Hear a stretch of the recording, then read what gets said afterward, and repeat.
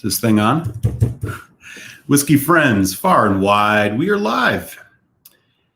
Welcome to Tasty Tuesday Happy Hour. I'm Eric, your humble malt muser.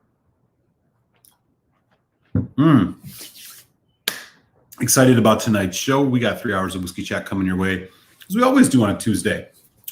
It's Tasty Tuesday after all. I will set up what happy hour is going to be looking like in just a few moments and let you guys know what to expect from Telex and Malt Show this evening. But before we get into everything, let me say hello to the early birds in the chat. We got 9 folks in already, which is very exciting. Good to see folks in. This is a special show for me. As folks know, moving across the country, well, partially across the country at the end of the week. So this is my last happy hour out of the city of brotherly love of Philadelphia, Pennsylvania. So I will be pouring out a couple special drams tonight. First in the door, Duluth, Minnesota, Meester French. Happy Tuesday to you as well, sir. East Texas, Daniel H. How are you, my friend? Great to see you. What else we got going on? Monsoon season down there. You be careful. Looks like French and him chatting a bit. Looks like they got some good things in the glass. Baker's 7. There you go. Nice pour. Kalila, 12 years old. Oh, yeah. That's a tasty one as well. Yeah, good stuff. Good stuff. French says 18 and a 25. Wow. You know, that 25 year has been on my radar, French, for quite some time. I have just not pulled the trigger. It's a little on the pricey side, but man, you know, it's still kind of affordable for a 25-year-old, especially with the way prices are these days. So that is on my list. Sounds like something worth sipping on a special occasion for sure. Great to have you both in the house. All right, what else we got going on here? Yeah, you guys were in here early, chatting it up, talking about Lafroigs, Balvenies, Toast of American Oaks. Good deal. All right, I got to scroll down. Wow, you guys are really going at it. This looks like a good chat. Tamika Ivy stopping in to say hello. What's up, Tamika? Chicago, Illinois, my soon-to-be new hometown. Glad you stopped in to say hi. Hope you're well, Tamika. Glad to hear it. I have not had that. I've had the old Baker's 7 before they kind of switched up the labeling, and I don't know if it's any different now. I know there's like a 13-year as well, if I'm not mistaken. Mahir beaming his signal from Delhi, India. Good morning to you, sir. Great to have you in the house. Saying hi to some folks. California, Donner Pass Whiskey. What's up, good friend? Thanks for swinging through. Good to have you here. Oh, yeah, we got a bunch of folks. Paul M. What's up, Paul? Good to see you again, buddy. Paul and I met a few days back on a whiskey stream, I believe, with Alan the Whiskey Friend. Great to see you, man. Mr. White, Ontario, Canada. Good to see you, buddy. Always good to have Peter in the house. Jesus. And our other good friend up in Canada, Calgary area. You bet. Ben, Demon Hunter. What's up, Ben? Last Philly show indeed, man. Yeah, you know, bittersweet.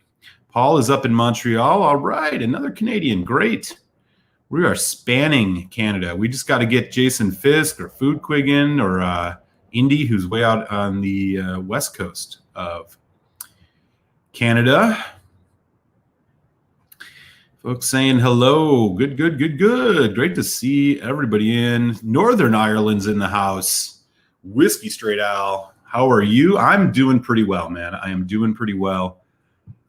Great to have you in. Thanks for tuning in on the late night over there in Ireland. Jack the Pickled Hound. What's up, Jack? Great to have you in the house as always. The one I have is the old Baker's 7. Oh, okay. Yeah, the single barrel is the one that I see out in the stores now. I've had that old Baker's 7. That was a good pour. Jersey, Andrew Page. Thank you, sir. Appreciate that. Yes, it has been it's bittersweet, it's bittersweet, but it's been pretty good. I was looking forward to tonight. So great to have you in the house, man. Always good to have you. Hey, thank you. Appreciate it. We will be in touch. Bernsinks, Moscow. Awesome to have you in. A PA, Denzin, if I am not mistaken. All right. I think I've got everybody in. We got our shout outs in. Let me set up tonight's show. So, as I've been talking about for a while, I'm heading out to Chicago in just a few days' time. And, after living here in Philly for 2 years and 5 years here on the West Coast, I was also in Washington, D.C. for a couple of years. I'm going to, have a little bit of something special I've been sitting on for a while to raise a glass to my time here on the East Coast. And so what I will be sipping and uncorking tonight is a very special dram, Balvenie Tun 1509 Batch 5. We are going to check this one out first, and then I have a sample of the brand new Ardbeg Scorch Committee Release. This one, quite looking forward to this as well. So we got two really special drams. Tonight, as always, Telex and Malt Show will run for 2 hours over on Telex's channel. So right around 9 o'clock, expect me to drop that link in the chat. We're checking out some Japanese whiskey from Japan. I won't say Japanese whiskey, and you'll find out why on the show. We're going to be checking out two whiskeys from Japan, the EY45, not 45 years old, 45 ABV. And in the second hour, a Fukano single cask 12-year-old, which is a rice distilled whiskey. So we've got something a little different coming up tonight. Should be a lot of fun. I'm looking forward to it immensely as, Telex and I like to periodically switch things up a little bit. We'll do a little bourbon here and there. We'll do a little, I think we've done rye, and now we're going to do some Japanese whiskey. I think this will be our first Japanese whiskey show. So should be a lot of fun, man. All right. First things first, though. Let's talk about Balvenie Tun. So here's the deal with this. You can kind of see this is a little bit of a complicated whiskey, so bear with me here. Balvenie Tun is released in batches. They did 7 batches of what was called 1401, and now they did 9, and now I think they are on batch 7 of the 1509. So basically what they do is they take a whole bunch of their whiskeys and they marry them together in this huge wooden vat called the Tun. The bottle and tube in particular here tells you a whole bunch of information about the casks, how many casks they're marrying. They score from 1 to 5 the level of spice, oak, delicate, and sweet notes within each whiskey. That is actually shown here in this graph on the front. I know, right? So this one in particular has 10 bourbon casks. It has 9 sherry hogsheads.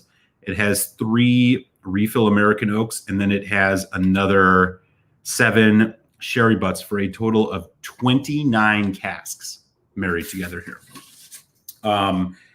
Pretty impressive. It is bottled at, what is the bottling ABV on this Balvenie Tun? It is 52.6%, so maybe cask strength or nearing cask strength. I am not particularly sure. The only thing that they don't tell you on here, it doesn't say anything about color or chill filtration, which is unfortunate. I imagine a whiskey at this level is not chill filtered and has natural color, but they don't say it on here. And it doesn't tell you the age.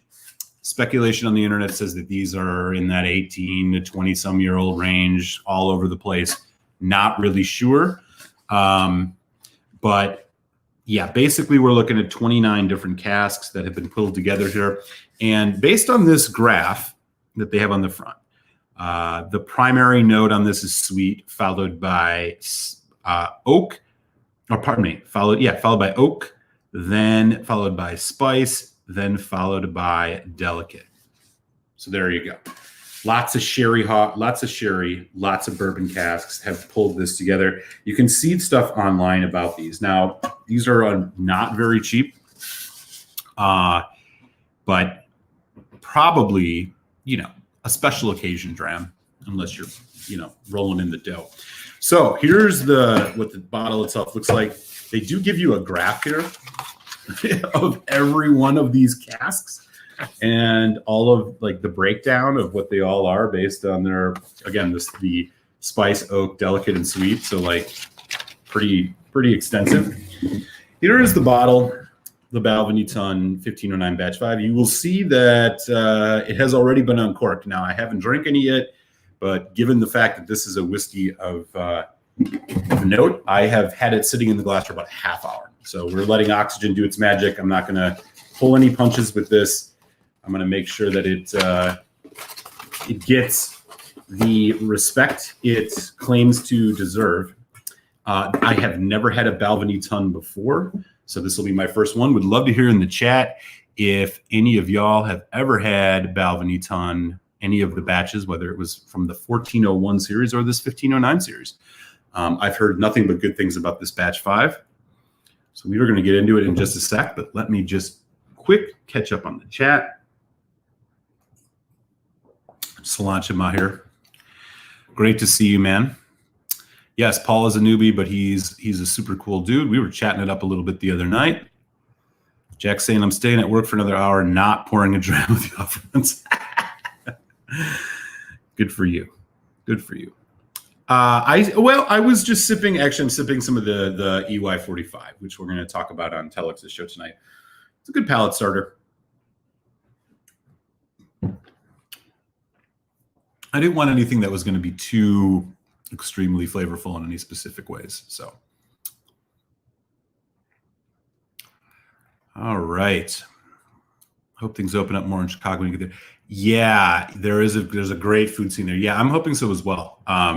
They're a little bit behind where we are here in Philly, so I might be taking a step back in terms of COVID, but we shall see. Next week, I will be, fingers crossed, doing my happy hour from the new malt den in Chicago, Illinois. So, hey, Juan's in the house, sending the signal from Hawaii, Oahu to be exact. Great to see you, Juan. Oh, man. That's really kind of you, Daniel. I appreciate that. There's a second part of okay. Oh, yeah, the Venmo. Okay, yeah. Hey, that's really kind of you, man. I appreciate it. And thanks in advance to anybody who decides to chip into that. That's super cool. Loch Ness, how you doing, buddy? Good to see you. Thanks for swinging through. Always good to have Loch Ness in. Richie Z is here too. What's up, Richie? Great to have you in the house, man. We got 14 folks in. This is rad. All right, y'all. Let me not bury the lead anymore here. Let's see what the Balvenie Tun is all about. Yeah, I really like the design too. I like that they give you so much information. I just wish they told you the age of the spirit that was in these. I mean, the speculation is that, like I said, these are older whiskeys, 18 higher, something like that, but we don't know. All right. Well, here is the color. That is gorgeous. We'll see if we get any Scotch mist, but I can't quite tell. I mean, they may have put color in it. I don't know. It's really hard to say. It does have a little bit more shine to it than I would expect. All right. I got this in my Philly Whiskey Society glass. I'm going to raise this to the city of brotherly love and the good people of Philadelphia. I've had a great time here for the most part, and I can't think of a better whiskey to appreciate what this city has than something of this caliber. So let's get into it. Wow. So right away on the nose, it's warming, it's inviting.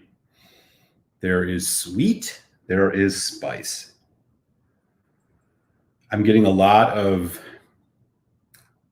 caramel, honey, some of that signature Balvenie. Balvenie, I think, has some of the best, just what's the word I want to use? Some of the best just spirit, like new make that they use. I mean, their barley's so good. I think they're one of the few distilleries that still does the floor malting. It just smells fresh. There's really nice fruit notes coming through on this. Apple, really, really nice. It's like an apple crisp, apple pie type thing. Oh, incredibly rich and dense. I mean, this has got a lot of complexity going on. Again, a bottle of these, man, I mean, you can find them for under $350 sometimes, but I mean, there's some shops they'll try to sell you these for well over $400. The nose on this is incredible. I mean, I'm not a big on caring about the legs, but as you can kind of see, I mean, they are just sticking and not moving. Really slow. Oh, yeah. All in all, pleasant nose. It is refined. It's delicate, but it has a nice, solid, robust core to it. I mean, you can really tell that a lot's been into this, and it's changing as I even nose it. I'm getting grapes now, white grapes. As I said, I had this sitting out for over 30 minutes, so this is going to be the best neck pour you can possibly have. All right, y'all. Thanks everybody for joining me tonight. It means a lot. I'm going to raise this glass to Philadelphia, Pennsylvania. Salant, y'all. Happy Tuesday.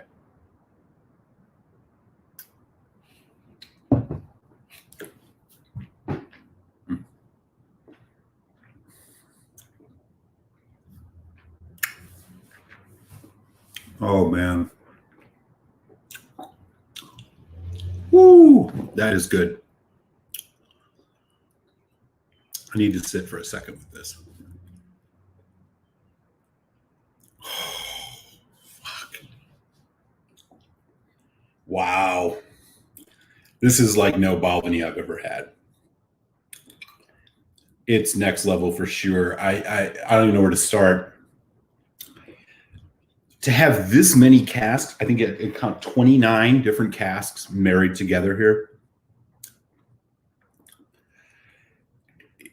I'm blown away by the balance and craft of this. There's so much rich flavor, milk chocolate, caramel. It's very sweet and a little bit fresh, which is interesting considering how potentially old this is. But you can really tell the age as it goes into the development. You're just hit with wave after wave. Like Werther's original butterscotch, those like toffee butterscotch candies, milk chocolate, white chocolate. There's a bit of a floral quality to it, lavender, something like that. It just keeps coming, surges of this stuff. You get a nice fresh sherry on the back end. It's not really dried sherry, dried fruit notes. It's much fresher, and it goes into a really long finish. This is a dessert whiskey par excellence. Wow. Really impressive. This finish just goes on forever. Really impressive. Really impressive. And the nose just keeps changing.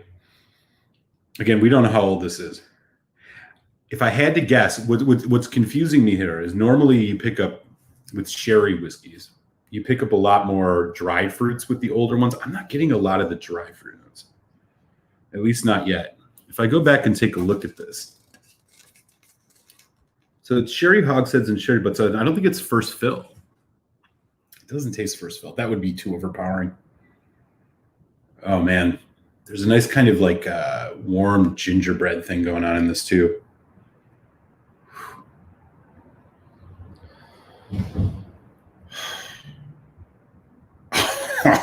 Oh, man, this is good.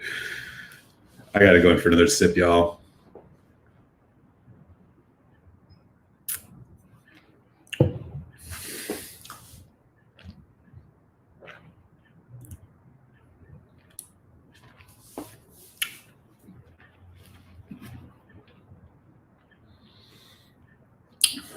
What's really interesting about this now is like for such a busy whiskey with so much going on in it, it's remarkably easy, relaxed thing to drink. You get a nice spice hit at the back end as it goes into the finish. It's almost like hot cinnamon red hots, like the candy, and a little bit of pepper. Telex would probably say white pepper. I can't pick up white pepper to save my life. So, I mean, I would go more towards chili pepper.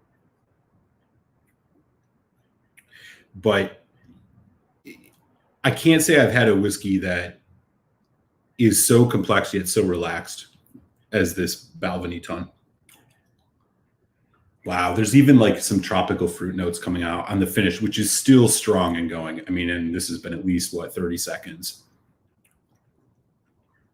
Wow. This is wow. This is a bottle of wow. This is yeah. I get it.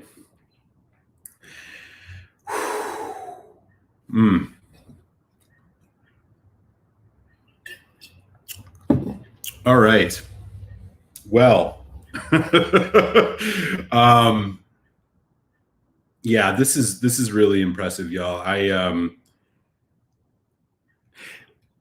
As you go along in your whiskey journey and you start trying more and more stuff, is particularly like older or like, more whatever you want to call it, high quality spirits, I find that you paradoxically have less and less wow moments. I find a lot of the whiskey wow moments I had in my time were like kind of in that first 2 years. Ardbeg Scorch is a classic example, was a wow moment for me. Elijah Craig Barrel Proof on the bourbon side.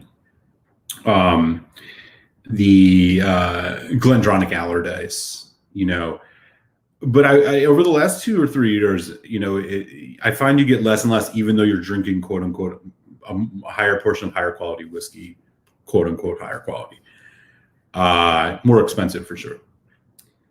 This is the first wow that I've had, probably.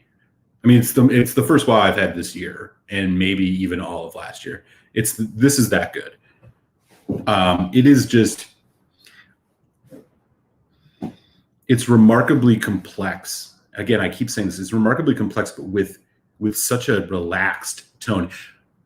One of the whiskeys that I would compare this to in terms of that particular facet of it is the Ingot 24, which it was my whiskey of the year last year. I freaking love that. But even that is just like more aggressive. It's more demanding than this. This is not demanding. It just washes over you. Like,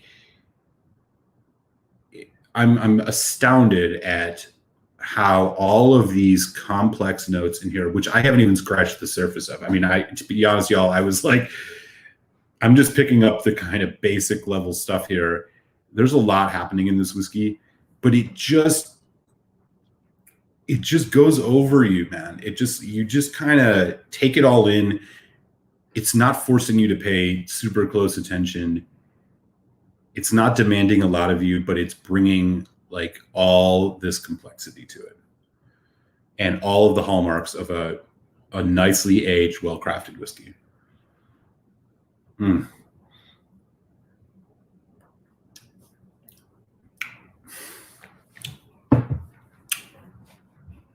If I was going to find a whiskey to compare this to,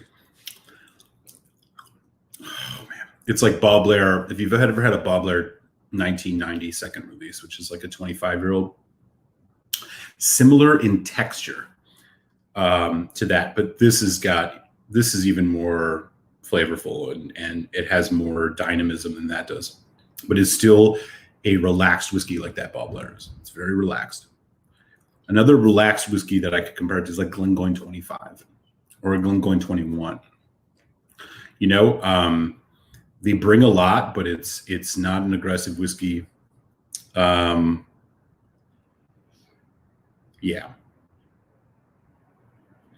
Yeah, this is good, y'all. Again, this is the Balvenie Tun 1509 Batch 5. Now, the question about whether it's worth probably what you would pay for it could be close to $400. I don't know. I mean, if you're going to spend $400 on a whiskey, is there one that I would recommend more than this if you're looking for something that's not peated? Brooklady Black Art, I would still say edges this out. It just has a little bit more heft and a little bit more. I mean, it's even more dynamic than this one is. Again, we don't know the age, but this is right up there. This is quite good. That $400 price range, Glengoyne 25. But I think this is actually more interesting than the Glengoyne 25. The Glengoyne 25 is all sherry. It's really good at what it does. This is a little bit more interesting. This is stellar freaking whiskey. All right, let me catch up on the chat here. I was waxing poetic a little bit, probably not so poetic, but you know. Let me catch up here. Maybe finishing the session tonight with the Benromic Cask Strength Batch 1 vs. 2 comparison. Oh, nice. That I've had that Batch 1, man. That's killer. I love Benromic.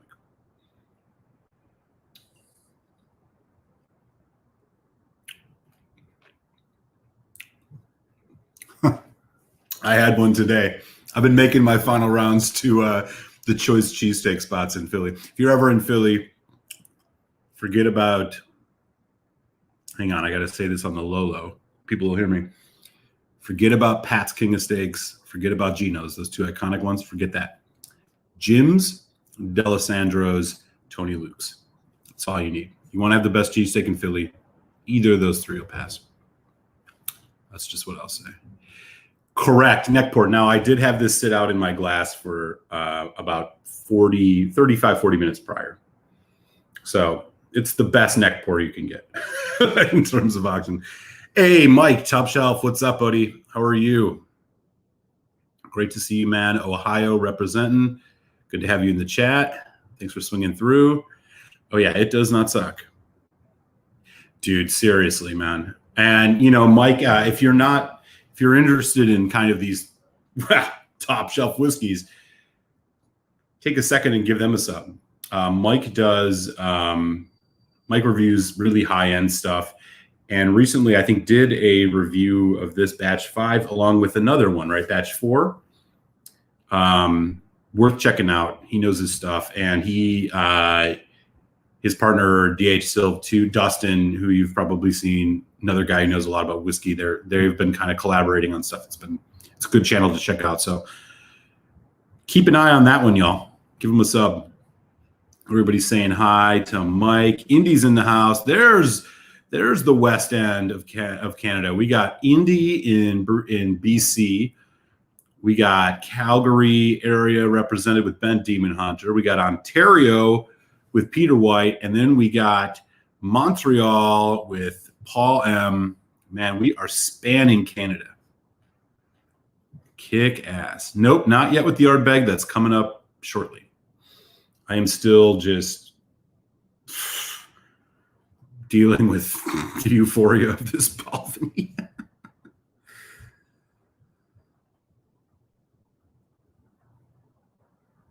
Yeah, you weren't lying, man. This stuff is not a joke. This is batch 5, Indy. This is batch 5.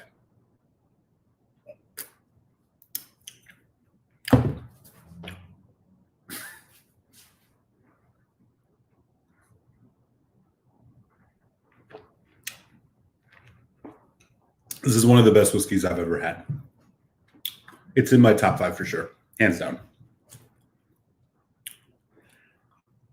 This is better than the Bob Blair 25, 1992 release. Yeah, I just said that. This is better than that. It's more complex. Oh my God. There's this white chocolate malted milk ball thing. Cola even, or root beer. I don't know. There's like effervescence buried beneath this, but it's not like peat.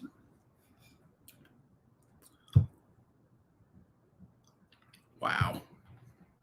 God almighty. Killer whiskey. Oh, this beats the Glencaddam 21 for sure. Yeah, not even close. I love the Glencaddam 21. This is something different entirely. I mean, this just has a range that's much wider. I love how the sherry is so complimentary. This is a bourbon forward whiskey. Now, it is 29 casks married together here. And the bourbons make up 10, 13. And yet, I would argue that this is a bourbon forward whiskey. The sherry is very complimentary, and I feel like it's just right.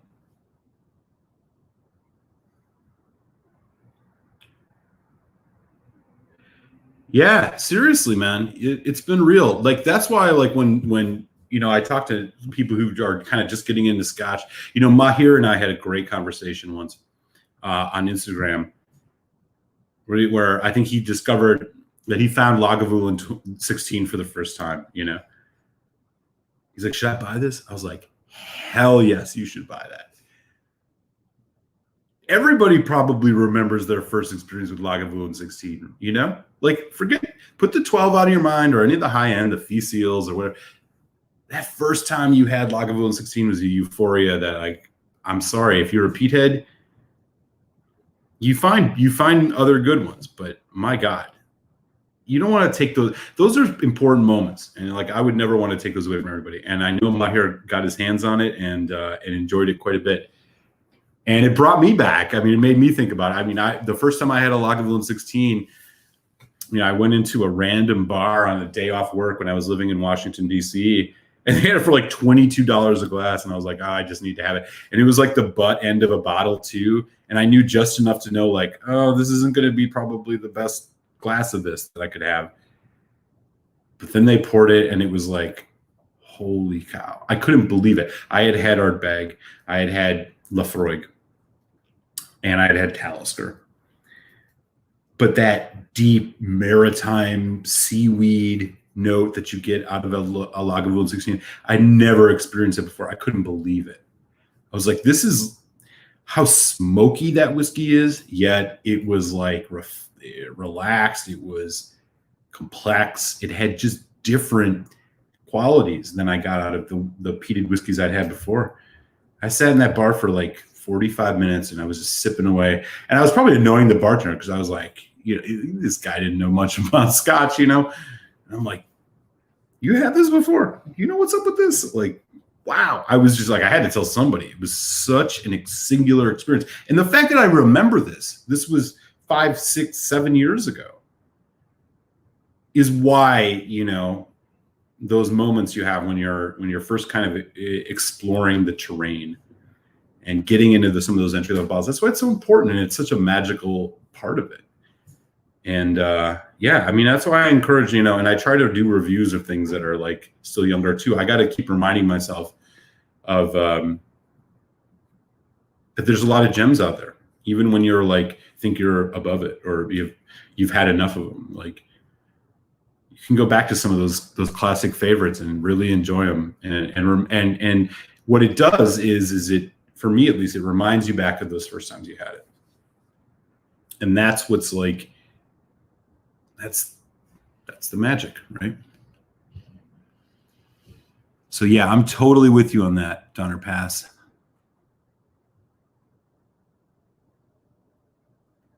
No matter what the price. No, I would buy this. This is, I mean, look, here's the deal. This is you're going to find it for like, probably under, maybe 400 under.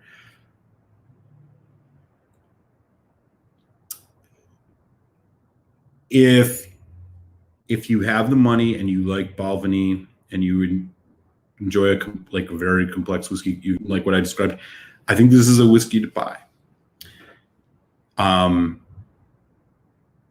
There are alternatives. For that same price, you could get a bottle probably of Bruichladdich Blackguard. I would still say that's the one to buy over this. If you're looking for the same thing, bourbon cask, sherry cask, complexity, no peat, good ABV, I would still probably, now I've only had one Blackguard. I've had the 4.1, which I know is like a high bar because that's such a classic and killer whiskey. But, throw this in the top 3. If you find it, if you want to save 30, it depends on the prices you see. I'd still say Bruichladdich Black Art edges this out in terms of the caliber that we're dealing with here. But this is the best Balvenie I've had, and it's not even close. And I also got a bottle of the Batch 7, which I'll open up soon and compare. But this Batch 5 is fantastic. Oh, okay. Yeah. Well, Top Shelf brings up a good point. A couple weeks back on a live stream, he he had sent me a sample of the Highland Park 25. And yes, that was a WOW whiskey, but I only had a sample, so that's the only reason I wasn't counting it. But yes, that is a WOW whiskey that I had, no doubt about it. In fact, that's better than this for sure. The problem is that Highland Park 25s are like $800. So I'll never have a bottle of it. But yes, in all due respect, and you're right to call me out on that, no doubt. I was freaking out when you sent that to me, and I was freaking out when I drank it.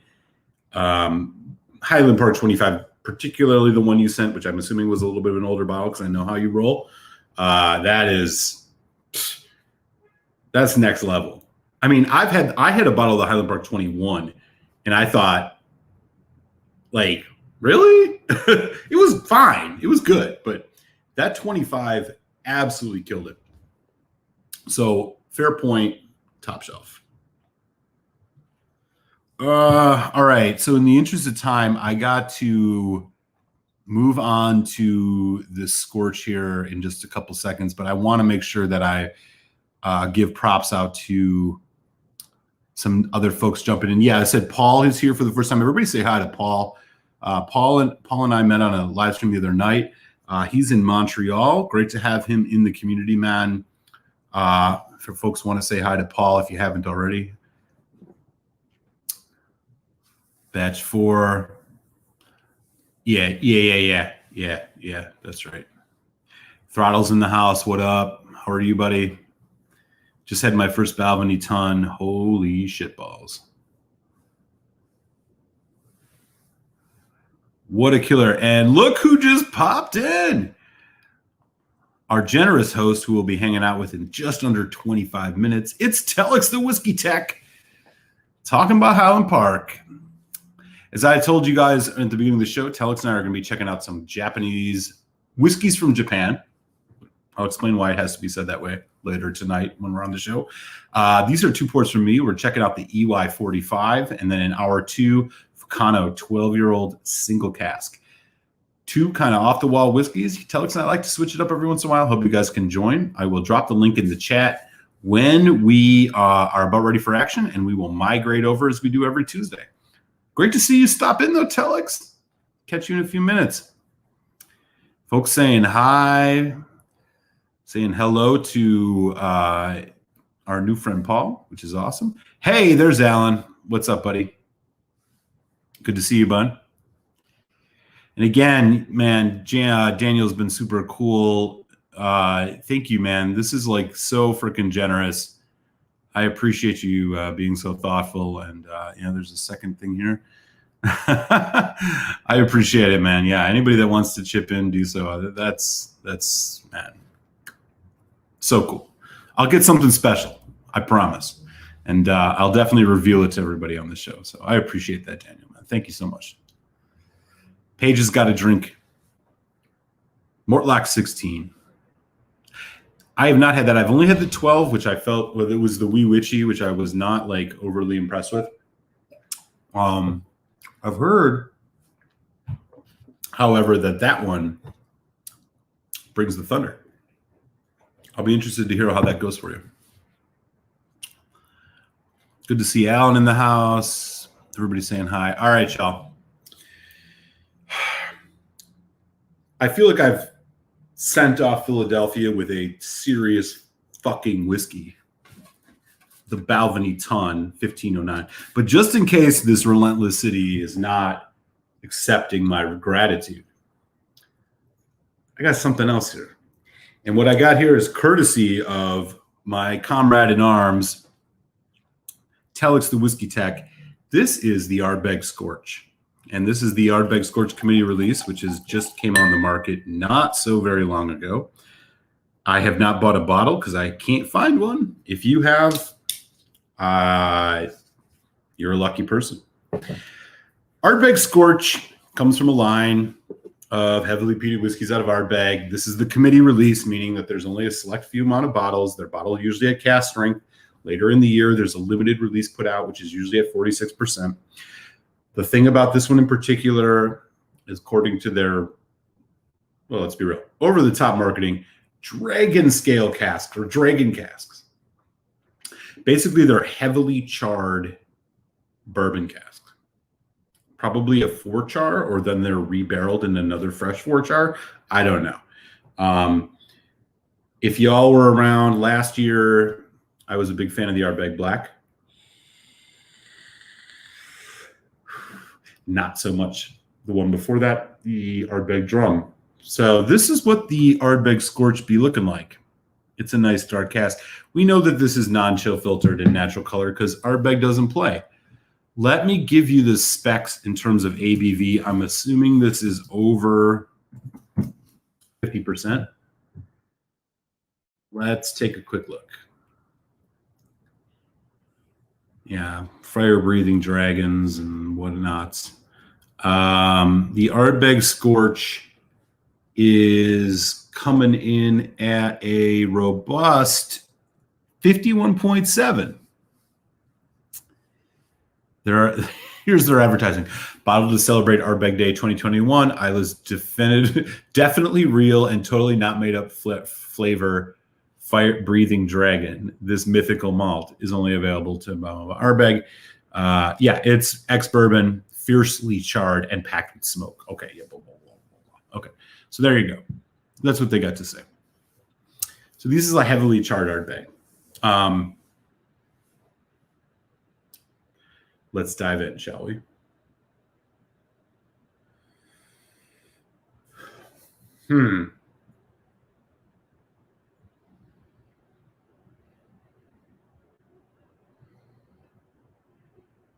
Sweet, smoky. It is, I don't know, what do you want to call this?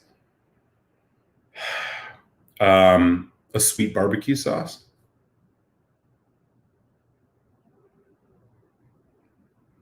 Definitely a sweet barbecue sauce. A tomato-based one. There's a lot of, I don't know, floral? The nose on this is weird. It's very sweet. It's very floral and effervescent. Hints of light brown sugar, hints of vanilla. No, actually, you know what? Scratch it. Not vanilla. There's an herb or an herbaceousness to it, almost like a.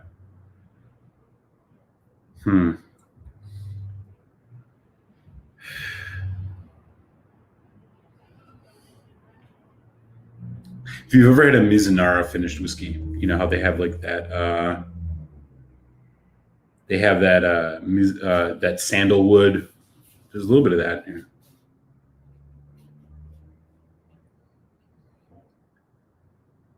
All right. All in all, sweet, slightly herbal, slightly floral.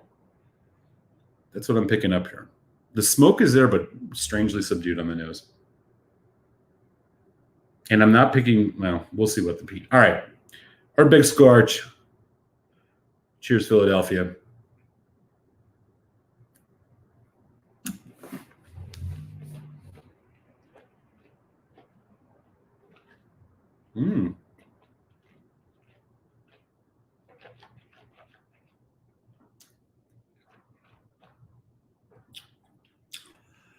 There it is. Wow. This is a very creamy Ardbeg. If you've ever had a double-barreled bourbon before, or a double-barreled American whiskey, I am thinking of Heaven's Door Double Barrel. I'm thinking of Old Forester 1910, where they take an old or they take a bourbon cask, and then they throw the whiskey into a new first fill bourbon cask for a certain amount of time. That is what I feel like I'm greeted with initially here. There's a nice, heavy, creamy bourbon note that's coming through here. Vanilla, it is caramel, it's cafe mocha. As it develops, the peat and the smoke, again, more peat than smoke. There's a difference. Peat is that attack on your tongue, that effervescence. The smoke, more in the background. This is much more peaty than smoky, but the smoke is there for sure. This is where you're getting slight tropical fruit notes, apple cinnamon,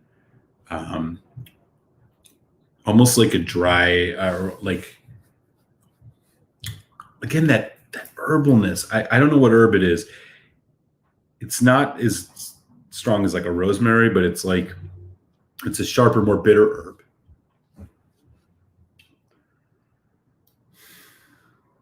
There's also like grilled fruit, pineapple or something like that. It goes into a nice medium long finish. And this is where the smoke, the ashtray, let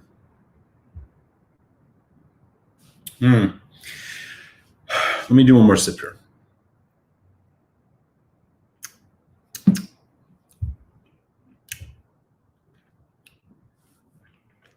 Wow. Very sweet on the nose, or I'm sorry, on the arrival. The first thing that happens for me is it pops with caramel apple or sour apple Jolly Ranchers. As weird as that sounds. Then you get the chocolate, the mocha as it develops. Then the peat hit, the spice, the pepper. Slight maritime, but very faint. It's a little bit savory. Medium long finish, mostly chocolate and peat.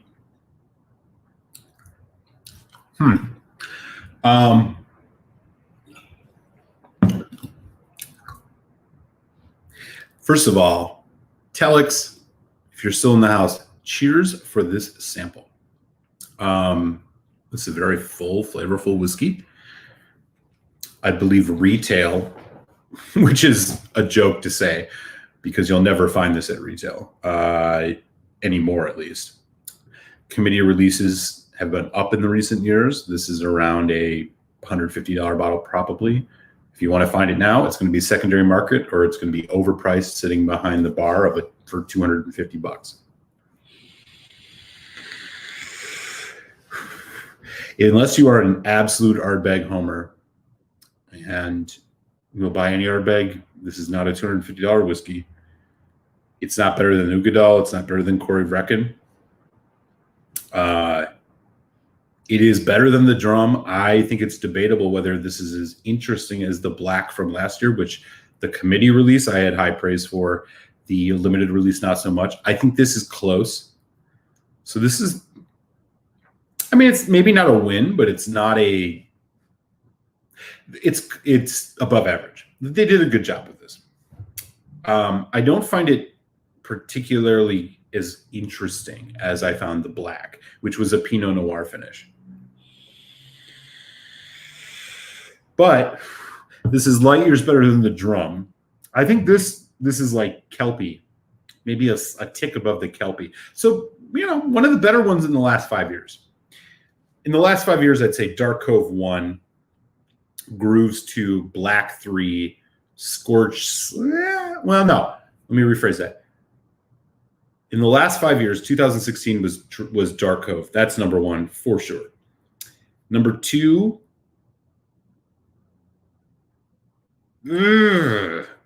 Grooves. 3 is a fight between Scorch and Black. And then 5 is Drum. More like 10 is Drum. So it's right there. They did a good job with this. And honestly, this might be fun to play around with some water, which I'm going to do right now. My initial impressions, like if I was going to throw a preliminary score on either of the whiskeys we've had tonight, this Balvenie Tun 1509 batch 5 is a 4.75 to 4.75 preliminary score. I'll do a full review later. This Scorch, we're looking at 3.75, which is quite respectable. Right there with the Black, 3.75 to 4, right there. Committee Release. Wow, there's such a fragrance to this. Now with water, fragrance, and it's somehow gotten even sweeter. Honeydew melon. Interesting. And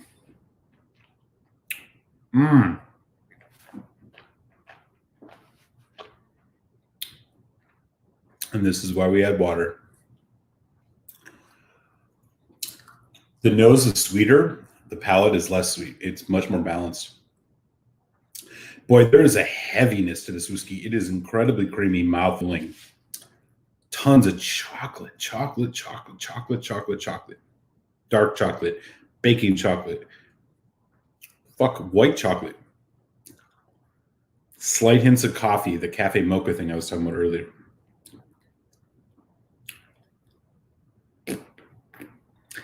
Not a ton else. Mint chocolate chip ice cream on the finish. There's a nice fresh mintiness to it. This is really enjoyable. I don't know what the limited release when it comes out at 46% is going to do to this. I feel like the ABV is really carrying this for some reason. I really do. But it is good. I don't think it's better than the black. So yeah, I think to go back to the last 5 Ardbeg Committee releases, number 1 is Dark Cove 2016. Number 2, Grooves 2018. Number 3 would be Ardbeg Black 2020. Number 4, Scorch 2021. And number 5,671 is Ardbeg Drum. This is just a hair less interesting for me than the black was, but it is a competent whiskey for sure, and it's good. It's enjoyable. If I was going to compare it to any Ardbeg,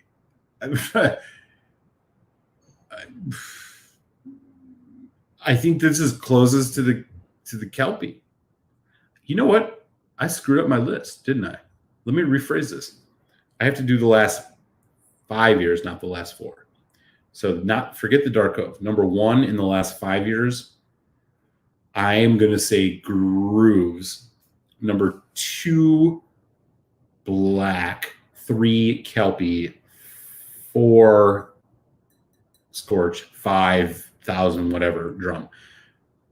So I'm sorry, I got my year wrong on that. Dark Cove is by far the best, but that's if we did 6 years.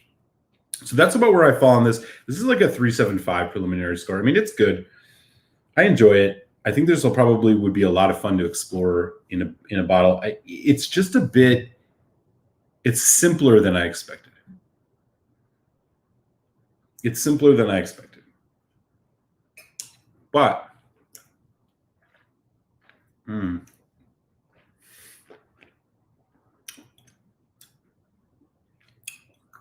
maybe this is better than the Kelpie. I don't know. This is in the 3 to 5 range. I'm going to stop. I'm just going to keep jabbering and confuse folks.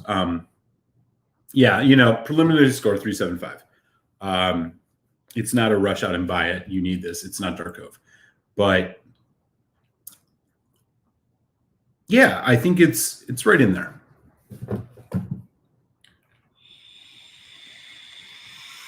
Yes. Yeah, which was pretty much trash in my opinion. Well, I mean, that's a good problem to have because those are both stellar. I'll be really curious to hear what you think about those, man. Peter White didn't like the Grooves. Really? The Grooves, I thought, was, marketing aside, I thought was really, again, not a must-buy, but interesting because it had that red wine influence.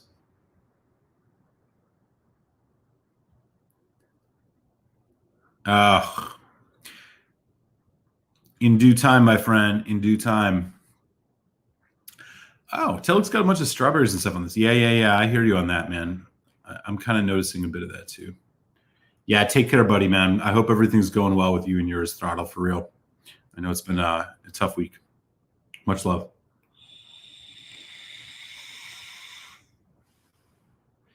They are. Yeah, I've not had them all, so I can't say for sure. But I think if we did the last 6 years, yes, Dark Cove is by far the best thing that they've put out. I would put Grooves second. I would put Black third. Kelpie and Scorched are kind of right there. I really like the heaviness and creaminess of this. It's just not. It kind of takes away some of the complexity and nuance that I got out of things like the Black committee release. We're talking committee releases only. Even the Kelpie to some degree. But again, very enjoyable. I wouldn't fault anybody for picking this up. Agreed. 100% agree with that. And it's easier to get. All right, y'all. So again, we got 18 folks in. In just a few minutes, I will drop the link. Telex and Malt Show is going to be happening because it's 3 hours of whiskey chat every Tuesday. You know how we roll. This ain't the first time you're hearing it. Well, maybe Paul is, but Paul, if you're still in the house, welcome. Again, Telex and I do a show on his channel at right after this happy hour, where we're going to be checking out 2 Japanese whiskeys. I will drop the link in the chat in just a few minutes, and I hope you can join. Yeah, 100% Peter White. You're hit the nail on the head. Oh yeah, blue spot. Take care of Loch Ness, man. Great to see you. Eric, have you tried the Lefroy PX? I have. I tried it. I actually drank it at a bar in London. It's worth trying, but here's what I would say. For a travel exclusive, it's the best travel exclusive Lefroy you can get. Do not buy the 4 Oak under any conditions. It's trash.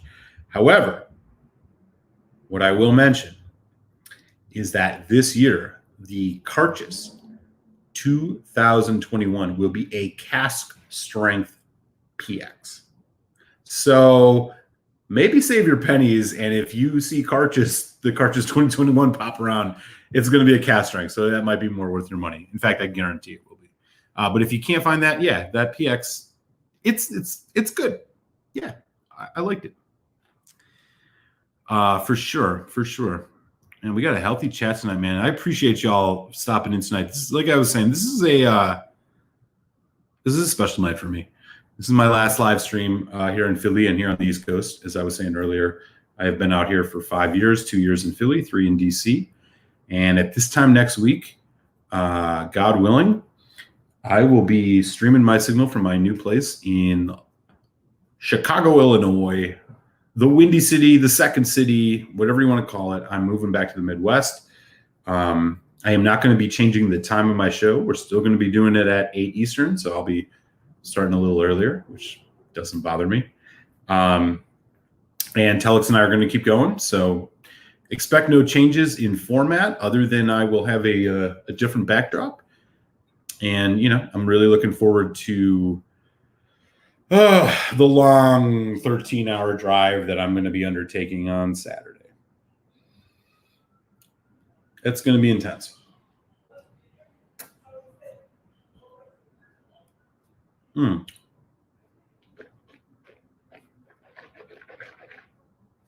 Kudos, Ardbeg Scorched.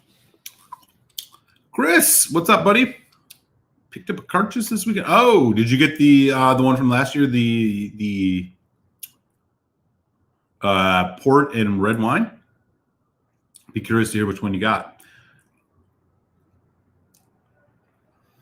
I'm a fan. Richie, thank you, man. Appreciate you. Appreciate your support. I appreciate you stopping in tonight, and for everybody for that matter. Do my best. It's enjoyable. If you haven't subbed yet, please do. I'm getting real close to 1,000, y'all. I'm at like 806 or 805 right now. That's pretty fun. Richie's been around for quite a long time, man. Thank you. Appreciate it. You bet, man. Yeah, for sure. Be a long drive across PA, across Ohio, northern Indiana. I've done this drive before, but yeah, when we're getting up at 4 o'clock in the morning, you know how it goes. Oh yeah. I bought one at Heathrow too. I did the same thing, man. I was like, oh wow, it's a liter bottle. It's only $50. Yeah. That is not a good whiskey. It should be though. Thank you.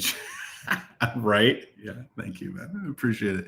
All right, y'all. If you take a look in the chat right now, I've dropped the link for the rest of our whiskey chat. We got 2 more hours coming.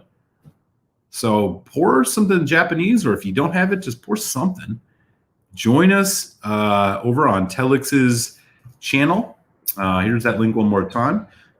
We are going to be getting into 2 tastings tonight, EY 45 and Fukano 12-year-old single cask.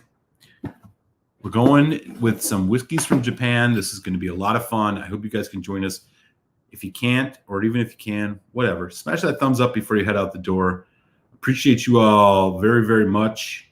And I will see you live next week if I don't see you on Telex's show, when I will be beaming my signal from Chicago, Illinois. Much love, everybody. Stay safe. Be well. I'll catch you guys on the flip side.